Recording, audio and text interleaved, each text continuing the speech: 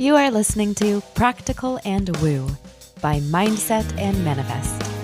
My name is Eden, and I invite you to embark on a journey with me to explore the practical and spiritual edges of the unknown for the purpose of allowing you to embody and empower yourself uniquely as you are, and to intentionally create and live a life of freedom and fulfillment.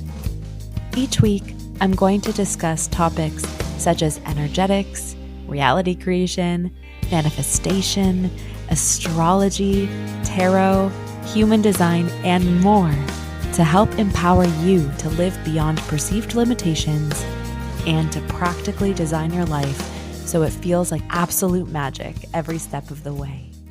Let's dive in. Well, hello, brilliant soul. Already 2 weeks into September, and the back to school bells have been chiming. I clearly remember the feeling imprint of returning to school. Heck, I was in academia for the vast majority of my life. Over 22 years of my life was lived with September resembling the new beginning of an academic year. Early anticipation of what the school year might have in store for me. What might I learn? Who might I befriend? What are the experiences I might have? An overall anxiety loomed, sometimes even an excitement, communicating the sense of a new beginning intermingled with an old pattern of returning back to school year after year. The comfortability of knowing what was to come in September, and also sometimes the dread of having to grieve the end of summertime. Yet there was so much to also be enjoyed.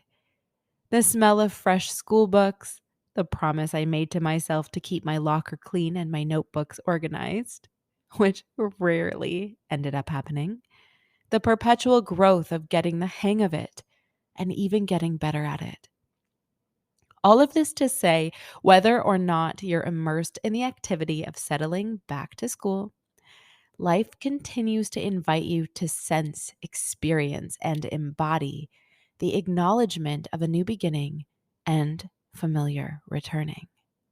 That being said, even though the trajectory of your life seems to stay the same moment to moment, I would love to take you to a bird's eye view. I am willing to bet that there are notable differences in your life in this moment than there were 5 years ago, forever changed by the collection of experiences that you have had in that span of time. Perhaps you graduated school, found your forever person, started a job for the first time, left a job for the first time, got married, welcomed a child into your family, whether your own or a sibling's. You may have lost someone close to you, moved cities, pivoted careers, welcomed a new furry friend, perhaps a scaly one. It is through your experiences that learning happens. And the most important learning of all is learning who you really are, learning what you are capable of along the way. I have noticed a tendency in my thoughts lately to future project the exact same circumstances onto my life that I have experienced thus far. My mind will jump into a mental image, a cloudy haze surrounding a half baked vision of my life looking exactly the same as it does now, which by no means is a bad thing, but it does not account for the growth that I'm desiring, striving for, and believe I am capable of. These thoughts have been habitual, and I caught myself thinking them. A realization struck me. I know I am the creator of my reality. Heck, I have a podcast that aims to awaken listeners to their own innate creative and alchemical abilities. And so, why am I creating? Why am I calling in the same experiences and the same reality that I am already living? Sort of like my own personal Groundhog Day, equipped with the disallowing of myself to fully believe in my potential to choose, living on autopilot. Why have I been doing this? Here is the answer that I have come to. In the acknowledgement of my new beginning, which, by the way, can be found in any new moment, my automatic mental process has been inviting me into familiar returning. My brain has been keeping me safe with the perspective of, well, I have done this before, so I know what to expect. I know how to handle the hard to handle parts. I understand how to show up as this version of me. Yes, the familiarity of my experience has provided a nest of comfort. And there is still so much for me to grow into, so much that I want to grow into. But in staying comfortable, I have been holding myself back. It is my wish for you to live a life that feels like absolute magic, to wholly understand the energetic mechanisms that support the process of you becoming the greatest version of you, to build the resiliency to embrace new beginnings, to inspire others by the example you lead. Through my experience, I hope to highlight the importance of awareness applied to the automatic mind frame you may be allowing to operate your life. The mental shift I am inviting you into is the understanding that you get to choose the life you live. The circumstances of your current life do not need to dictate what you are able to create moving forward. You are limitless, an expression of infinite potential living a human experience. It's tremendously exciting.